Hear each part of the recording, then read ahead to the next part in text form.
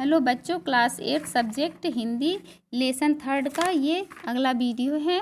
देखिए आगे। युद्ध बंद हो जाने के बाद भारत और पाकिस्तान के बीच संधि कराने के प्रयत्न चलते रहे और रूस के प्रधानमंत्री श्री कोसिगिन के प्रयत्नों के फलस्वरूप ताशकंद में भारत के प्रधानमंत्री और पाकिस्तान के राष्ट्रपति जनरल अयूब की भेंट हुई और 10 जनवरी सन 1966 ईस्वी को दोनों ने एक संधि पत्र पर हस्ताक्षर किए। इसके कुछ ही घंटों बाद ताशकंद के अतिथि गृह में ही रात को एकाएक शास्त्री जी को बेचैनी महसूस हुई और चंद मिनटों में हृदय गति रुक जाने से उनका निधन हो गया। इस हृदयद्रावक समाचार ने सारे संसार में एक बारगी से ही हाहाकार मच गया।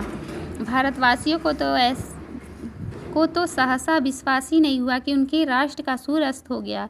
अगले दिन शास्त्री जी का शव वायुयान से भारत लाया गया। दिल्ली में सड़कों के किनारे लाखों नर नारी आंखों में आंसू भरे अपने यशस्वी प्रधानमंत्री के अंतिम दर्शन के लिए खड़े थे। जैसी श्रद्धा के साथ लाल बहादुर शास्त्री जी का शव राष्ट्रपिता महात्मा गांधी और प्रधानमंत्री श्री जवाहरलाल नेहरू की समाधियों के पास अग्नि को समर्पित किया गया, वैसी श्रद्धा उन बिरले महापुरुषों को ही मिल पाती है जो जन जन के हृदय सम्राट होते हैं। और इसमें संदेह नहीं कि शास्त्री जी ही सही अर्थों में जनता के हृदय सम्राट थे।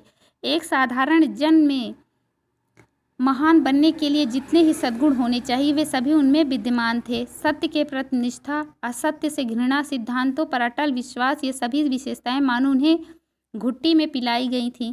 शास्त्री जी देश प्रेम को सबसे ऊंचा समझते थे और अपने सिद्धांतों के बड़े पक्के थे। सिद्धांतों के आगे वे अपनी पत्नी और बच्चों तक की परवाह नहीं करते थे। एक बार जिन दिनों शास्त्री जी जेल में थे, उनके 4 वर्ष के लड़के को टाइफाइड हो गया था।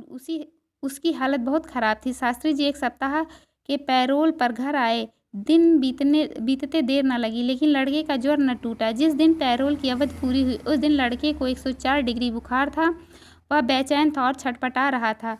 शास्त्री जी बड़े अजमंजस में घंटे 1.5 घंटे तक बच्चे की चारपाई के पास खड़े रहे।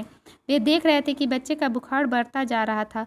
यह भी देख रहे थे कि डॉक्टर के मन में उसके बचने की आशा कम होती जा रही है। पिता का हृदय रो उठा। तभी कलेक्टर का संदेश पहुंचा कि अगर शास्त्री जी आंदोलनकारियों से दूर रहने का वचन दें तो उनके पैरोल की अवधि बढ़ाई जा सकती है। उस समय बच्चे का बुखार 105 डिग्री तक पहुंच चुका था। लोग प्रतीक्षा में खड़े थे कि देखे शास्त्री जी क्या निर्णय करते हैं। विह्वल होकर बच्चे ने उनका कुर्ता पकड़ लिया और रोकर कहा, बाबूजी न जाइए। पिता का मन भीतर ही भीतर तड़प उठा, किंतु वे सिद्धांतों के पक्के थे, अपने आदर्शों पर अडिग रहना चाहते थे। सरकार की कोई शर्त मानना उनके स्वाभिमान के विरुद्ध था। उन्होंने अपने हृदय की कोमल भावनाओं को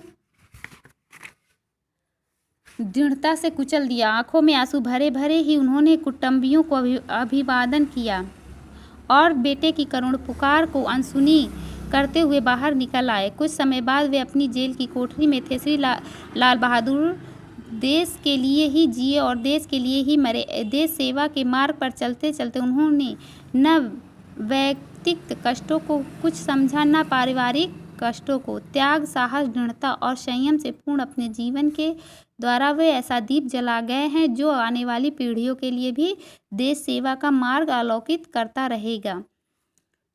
अब देखिए ये जो है लेखक श्री बांके बिहारी भटनागर जी ने लिखा है।